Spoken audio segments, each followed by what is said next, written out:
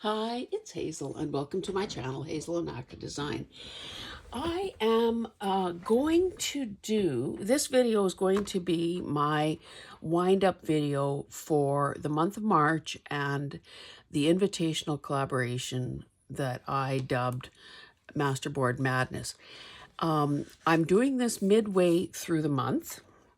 I am loving what everyone is doing so far.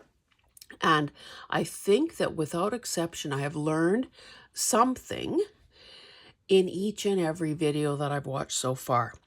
And of course, you know, those possibilities, those ideas, those techniques, those supplies, those components have always existed. But sometimes a person forgets. And maybe it's also human nature to gravitate to those elements that we feel the most, that we feel resonate with us most. But I intend to push myself and try some of the things that I have seen others do. And I think one simple example is, making it more multimedia or mixed media. So in other words, using paint, using gesso, using modeling paste, that sort of thing. This is not the video or the project that I intended when I first conceived the collab. And I will continue to work on that idea, and it'll be a standalone video at some point.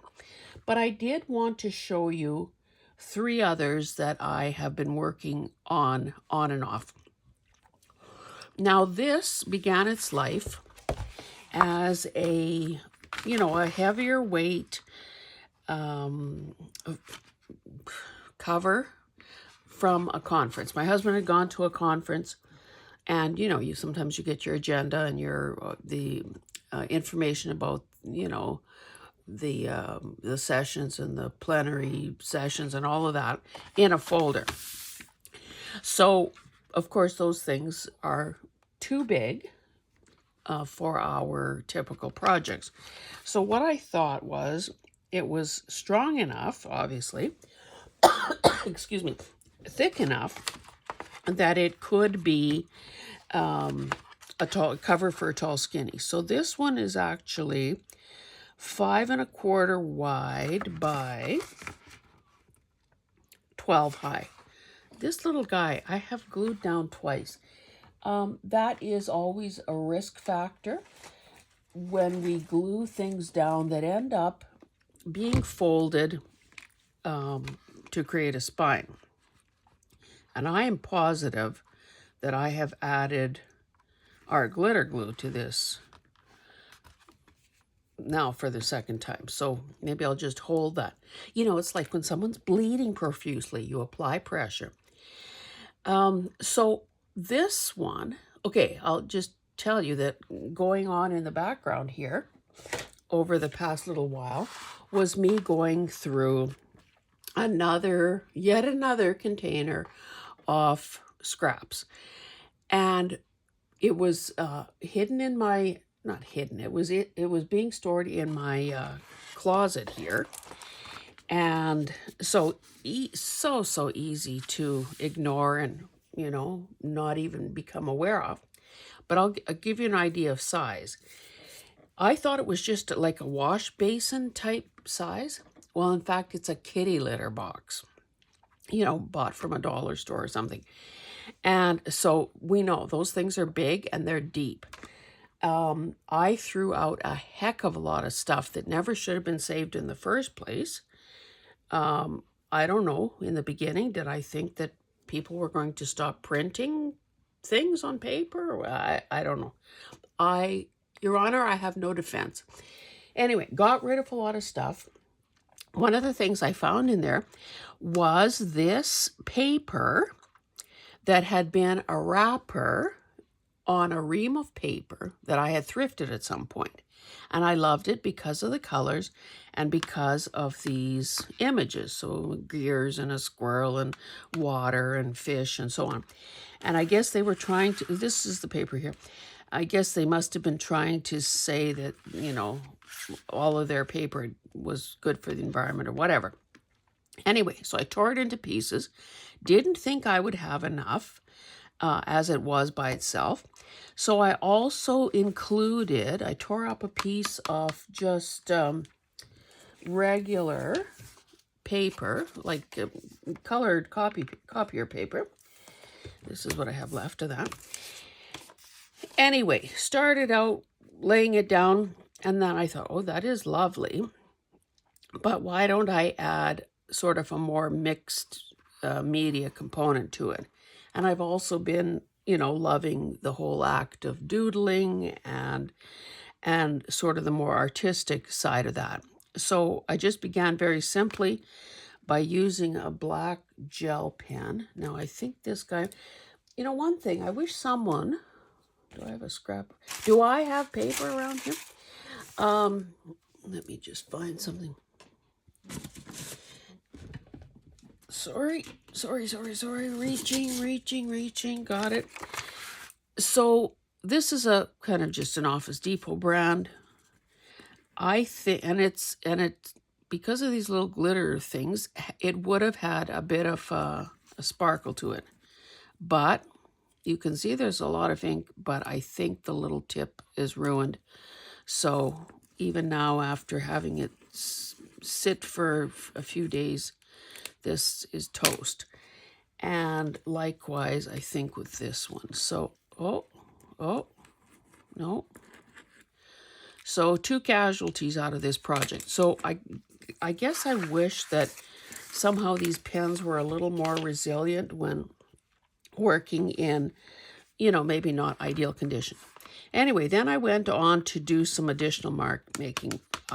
So I did just some straight lines. I did some dots. It almost has that Pac-Man look to it. I did some designs on these clumps of trees. And I'm liking where this is going. And I just kind of ran a line around the thing as well. Oh, I gave the fish some scales. And so I don't know how much more I'm going to do to this. I mean, obviously, I could have the whole thing embellished further or decorated further, but I don't know.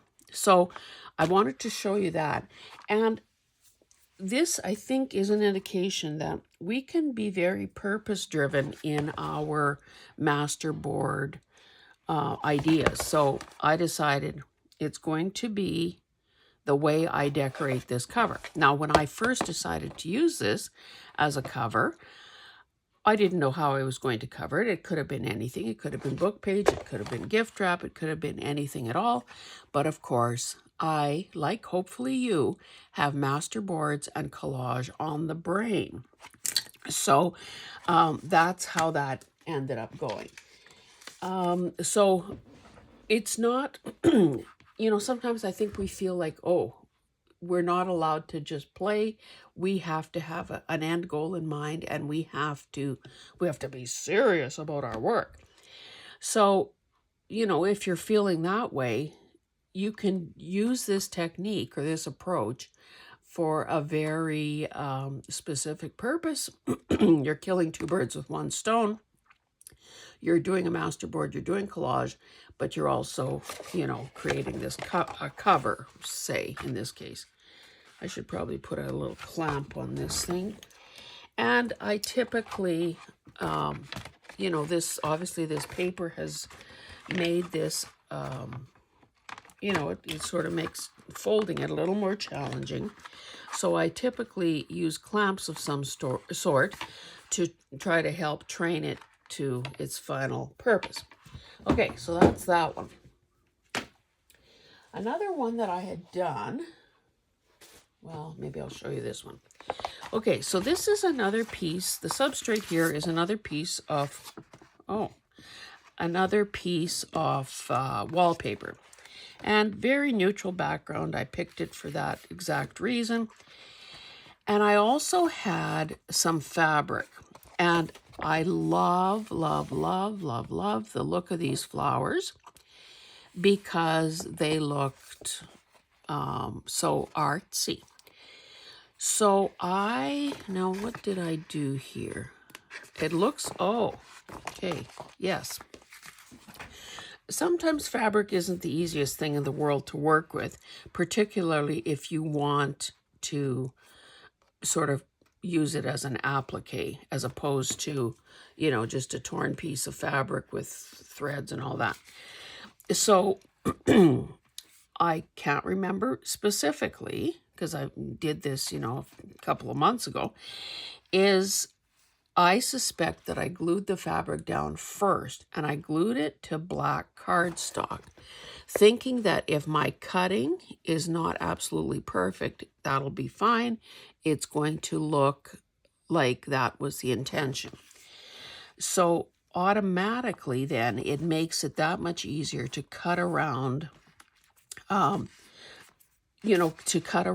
something like this. So because it was just a partial piece of something or other, you can see that I didn't have very many flowers to work with. And I'm also not the kind of person that typically, although these would be exceptions, I don't like having a straight edge. So I would have worked these two big guys into the corners because obviously I had a straight edge here, straight edge here. Here it, here it makes sense. Here it would not, in my opinion. So I did that where I could. Obviously, I also had a piece of this and colors, perfect match. It also works extremely well with the color of the background.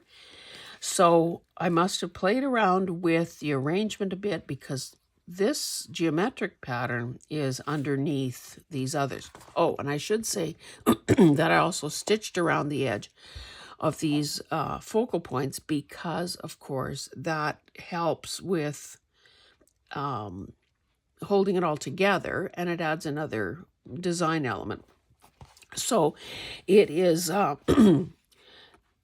again, I would have just used glue stick, so it's a bit of an insurance that, things are going to hold together as they are intended. Now, I obviously kept this with this, thinking that if I need these pieces, I've got them. And in fact, I'm sure before I finish this, I will make it my business to use these up, because otherwise then I've got these two things to keep somewhere. So I didn't try folding this. Now, of course, because this has been backed on cardstock, it would make folding a wee bit tougher. So I'd have to bend this. Let's just roughly get a feel for how wide this is. So 3, it would be, pretty well 6 inches by just a hair over 8. So, it could obviously be it could be a journal cover. At this point, I don't know, so I'm not going to bend it. So I wanted to show you that as another way of using up wallpaper samples, or if you have a roll of wallpaper, it could be vintage, it could be, modern, it could be one of your own recent wallpapering projects, or it could be something that you found at a thrift store for a couple of bucks. This is a really good substrate because it is so resilient, and usually a great starting background or a little piece of art on its own. And then the final thing I wanted to show you was, again, same sort of concept. In this case, I've obviously covered the back with some lightweight, paper, cards. Well, not cardstock, something in between. So again, a piece of neutral wallpaper. Oh, not so neutral. This is a stripe here, a multicolored stripe, and so is this. So clearly I had some fabric that worked as well. And from somewhere or other, I had these sewing themed ephemera pieces. Now they are not chipboard, but they're something similar. So they're thin. I don't know if I hold that. Can you see? They're thin. They're thicker than paper, but they're not as thick as chipboard. So I had 4 sewing machines, a pair of scissors, and a couple of spools of thread. So again, I don't know how this will be used. It's probably, okay, similar in size, 8 by 13. So again, it would be risky bending these scissors probably. So more than likely this would be cut up and used as tags. Now, the thing that is different here is that I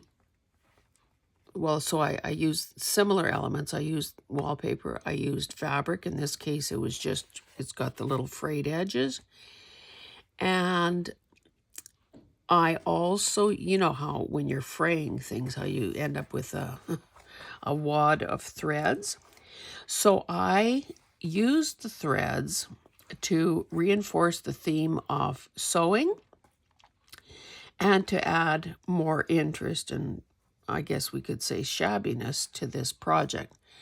So if you've ever tried to glue thread down, it's kind of a fool's errand. It doesn't work very well.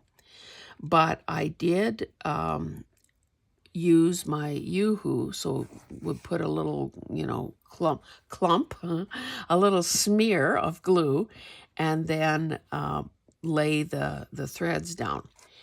But in order to hold this all together, and you can see that I would have done, oh, you can't see the stitching. I used a coordinating sewing machine thread. So, hopefully you can see the crazy stitching that I did, both to hold the fabric down and to hold those threads down. And then the focal points were put on top because there's no stitching going through the focal points. So, yeah, I can see when I hold it a certain way, I can see that I had glue there. But again, like with all of these projects, all of the master boards that you've likely made yourself or seen other people make this month, this, although it looks good on its own, this may not yet be complete. So if you find that you had to do a certain technique, like a smear of glue, and maybe it's still visible when you're done, so I have another one here, don't let that stop you from trying something interesting, because there's always a way to disguise that if you need to. And frankly, no one I know is going to be examining these things under a microscope. So if there's a little bit of a sheen from some glue, so what? So anyway, I just wanted to show you that I keep on keeping on making these sorts of things. And I hope that through the course of the month that you have done that as well, that I know some people who have, tackled their very first master board. Ruth, Terry. So congratulations, ladies. And I think that, if I were a betting woman, I would say that I predict that you guys too will become hooked on these, because they are so incredibly, and I don't use the word fun very often because I think that's, well, I've talked about that in the past, so I won't belabor the point, but it's one of the most satisfying activities that I do here in the studio. So, all along, other participants have been talking about, jumping through some hoops, watching all the videos, liking and subscribing, because of course, everyone who took part in this collaboration has stuck their, they've dropped whatever they were doing themselves, and they did this to help me and to help you. So I think the very least everyone deserves is to have their subscription numbers go up.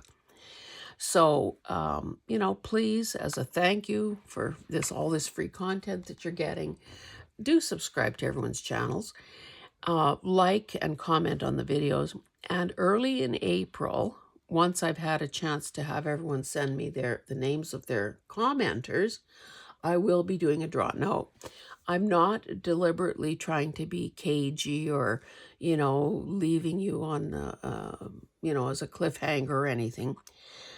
Because of the political climate and so on, and all the chaos that changes from hour to hour, I've been reluctant to decide on or announce what the prize will be. I think to some degree, to a large degree, that is going to depend on who wins and where they live. I have an idea in mind. Again, because of the the fact that a prize has to be mailed, it's going to depend, because I know that at my understanding of this tariff business is that even if I were to send, if any of us were to send a gift, if the tariffs are in place, the recipient would be required to pay a tariff on something coming from Canada, even if it is a gift. So I don't think that would be very smart on my part. And certainly it wouldn't endear the recipient to me either. So just, hang in there with me as I figure out the best way to proceed with the prize. But do know that your support, your enthusiasm, your jumping on the Masterboard bandwagon, both as either as a contributor, as a creator, or as a viewer, has been so heartwarming. I think sometimes we cloister ourselves in our studios, shoulder to the wheel, eye on the ball, nose, we're intent on doing what we're doing because we love doing it. And we sometimes forget to look up and appreciate all the wonderful people that have come into our lives because of YouTube and our channels, and the genuine interaction that happens between people. So know that you are appreciated. Know that you are valued. And I certainly hope that, that the subscriptions, the likes, the comments that you have given to all the channels, is not just a one-off, a very cold-blooded attempt to win a prize, but in fact has truly introduced you and me, all of us, to other people's abilities, and that we, as often as possible, go back and continue to support each other. Because, and I know that that's an impossible task. Trust me, I know that, and it hurts. I don't. I'll speak for myself here. Obviously, I cannot. If I watched all the videos that every single one of the people that I am subscribed to put out in a day or a week, I wouldn't have time to eat, sleep, or do anything of my own. So, we cherry pick, we try to spread our attention and our love around. So I totally get that. I'm just asking that you, keep a little awareness about continuing to check in with the people you've been introduced to. And yeah, and our lives will all be richer because of it. So with that, I will wind this up and just again thank you for, if you were a creator who said yes to my invitation, bless your little hearts. And And thank you. It is appreciated. It added a dimension and richness to the whole month of March, and I think we can all use that in March. And if you are a regular viewer of mine, a longtime subscriber, or someone who's brand new, welcome, thank you. You guys rock, and you're frankly the only reason I keep on doing this. So with that, I will say goodbye, and we'll see you in the next one. Bye.